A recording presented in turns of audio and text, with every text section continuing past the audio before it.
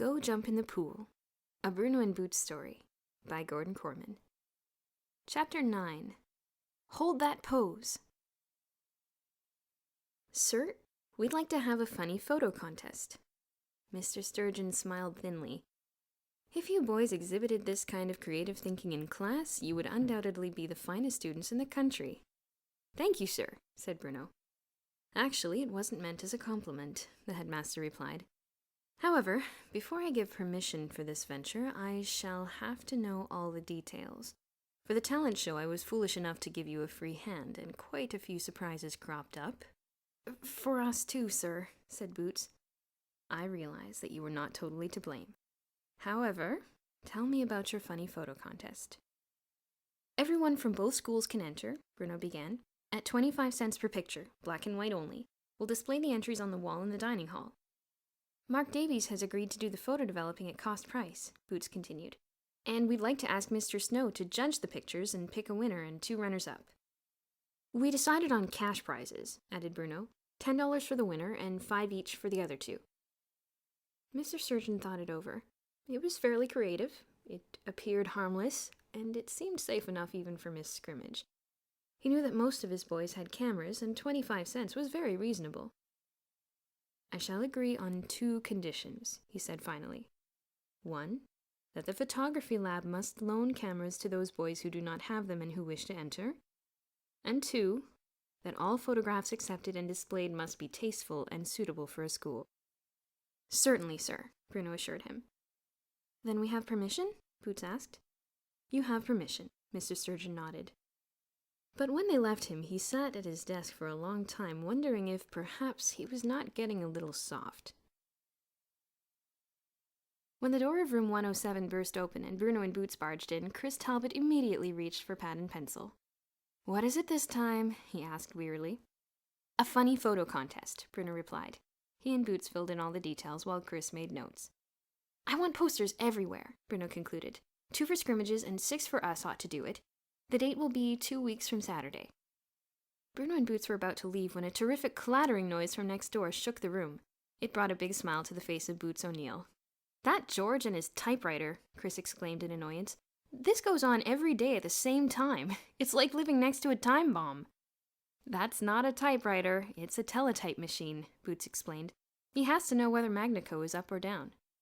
You're kidding! I never kid about George, said Boots. George is not funny. That guy is weird, Chris exclaimed. Well, if you'll excuse me, I have some posters to make. The funny photo contest was received with an enthusiasm that even Bruno hadn't predicted. The faculty trip to town brought back 2 cases of film ordered by the students. Mark Davies recruited several helpers in anticipation of a heavy workload. To everyone's surprise, especially the headmaster's, the first entry was made by Mrs. Sturgeon. She entered the picture of her husband winning the door prize at the talent show.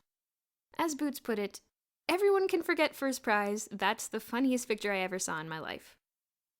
But then a senior named Mario Brundia entered a picture of Wilbur Hackenschleimer, his mouth open wide enough to drive a truck through, about to attack a triple-decker hamburger with the works, and Boots was not so sure.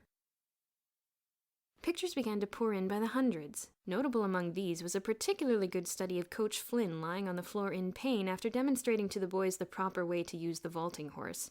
Someone had taken a camera to gym class. There was also a picture of Sidney Rampolsky in free fall over the newly waxed floor of the infirmary, where he had gone for an aspirin and stayed for an ankle cast.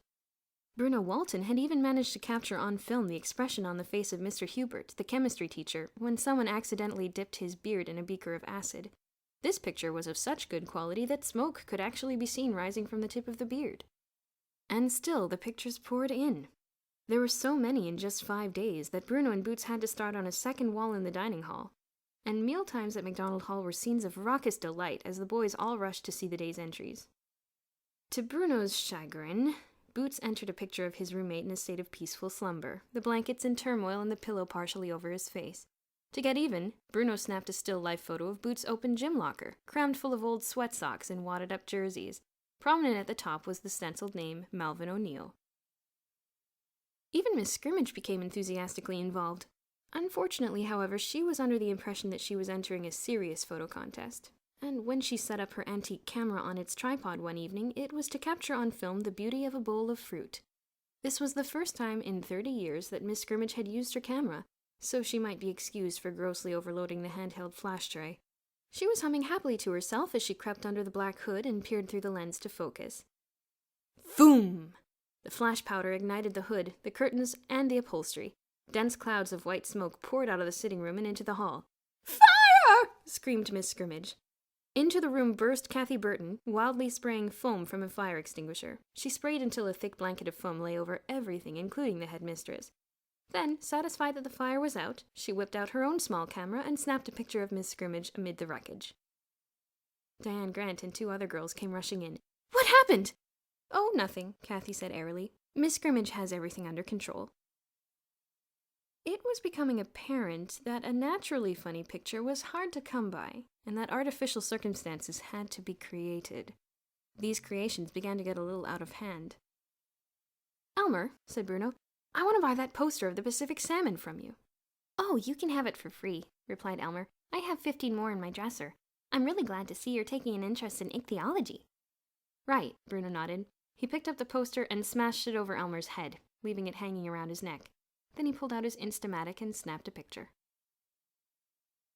Pete Anderson was walking across the campus to his first class one morning when he was suddenly struck in the center of the forehead by a suction cup arrow which vibrated for a moment and stuck there.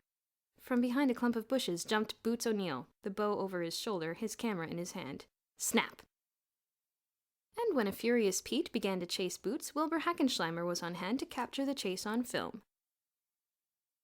Perry Elbert was splashing happily in a bubble bath one evening when his roommate appeared, thrust a rubber duck into his arms, and snapped a picture. Things were getting worse. When Wilbur Hackenschleimer put his football helmet on at practice one afternoon, cold spaghetti spilled down over his head. Bruno Walton just happened to be there with his camera. Mark Davies woke up one morning to find his face painted with peanut butter and jelly, and a slice of bread attached to his hair with a sprig of parsley and a toothpick. Another slice of bread was taped under his chin. His roommate photographed him in this state, and although he was angry, Mark was honor-bound to develop the picture for entry into the contest. Miss Scrimmage's also had its share of troubles over the photo contest. When Miss Smedley, the gym teacher, was showing her class how to jog without becoming exhausted, she failed to notice that Kathy Burton had attached a small smoke bomb to the back of her shorts. Miss Smedley ran around the cinder track, leaving a plume of smoke behind her like the vapor trail of a supersonic jet. Kathy took the picture. When Kathy was put on kitchen duty as punishment for this escapade, she didn't see Diane Grant sneak in and add half a box of detergent to the dishwasher. Diane took a picture of Kathy, knee-deep in suds, vainly trying to stem the overflow with her bare hands. For revenge, Kathy knotted all Diane's underwear together and photographed her, perplexed and astonished, pulling miles of it out of her drawer. There were also pictures of girls caught unawares arm wrestling, smoking cigars, and drooling toothpaste. No one was immune. By now, 3 walls in the cafeteria were covered with pictures, and more were coming in. The inexpensive little contest was turning into a huge moneymaker, as most students were entering several photographs, and the schemes for creating humorous subjects were getting wilder. Rob Adams reported to the infirmary, apparently permanently stuck to his desk chair. Marvin Trimble's paper cup of tomato juice exploded in the dining room, and the culprit proved to be, of all people, Elmer Drimsdale, who was brilliant even in making miniature bombs. Bruno Walton found out the hard way that his soup was full of hot chili peppers.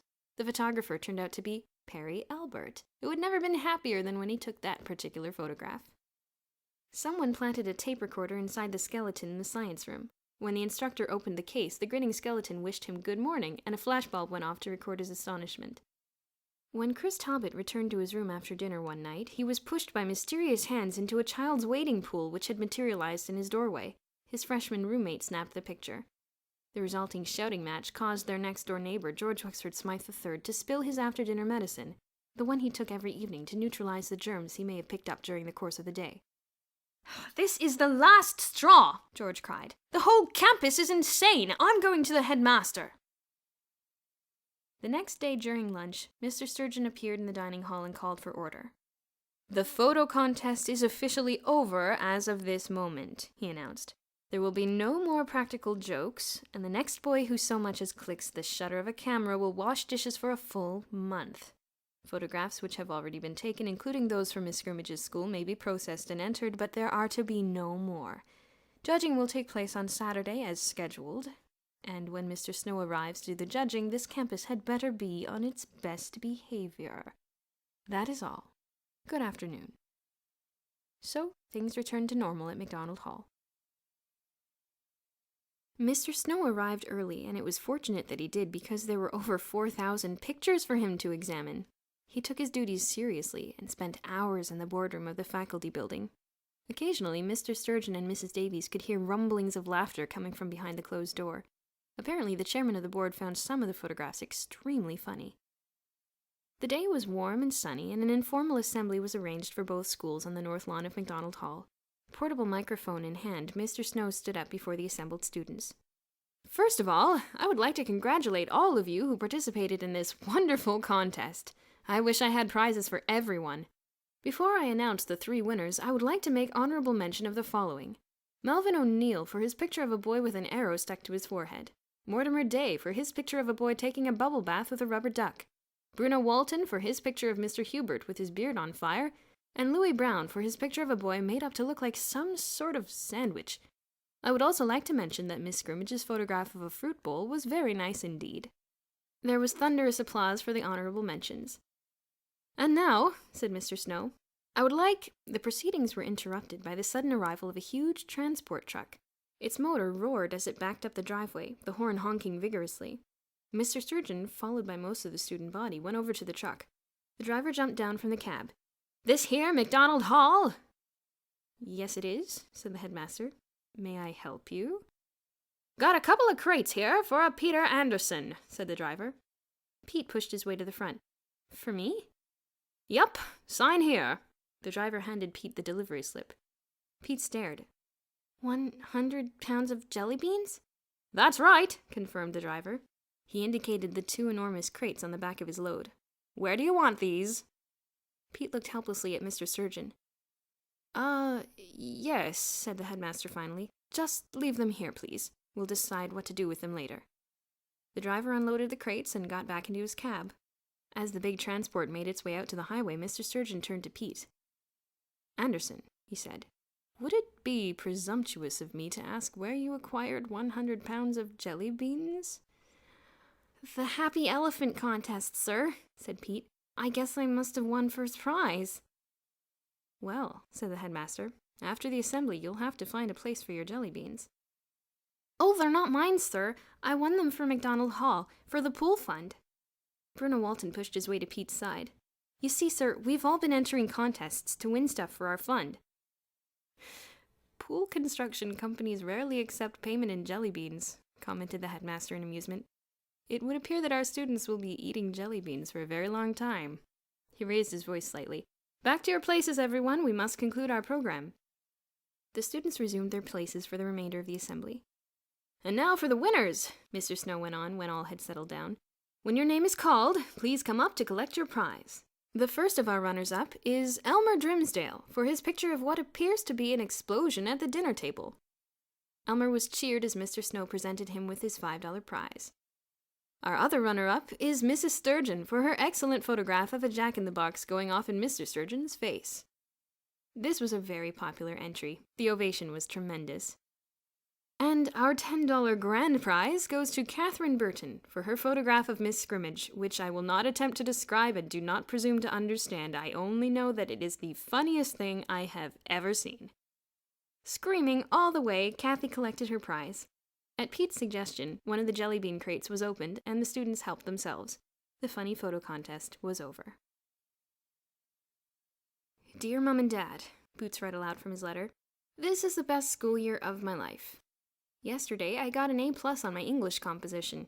It was entitled, Why I Love MacDonald Hall.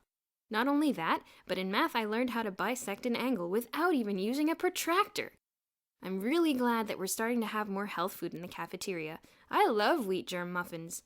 Good eating is part of our training program for when the pool is ready. Joyfully yours, Melvin." "Very good," Bruno approved. "You keep your folks happy and I keep raising money, and we'll both be at MacDonald Hall forever."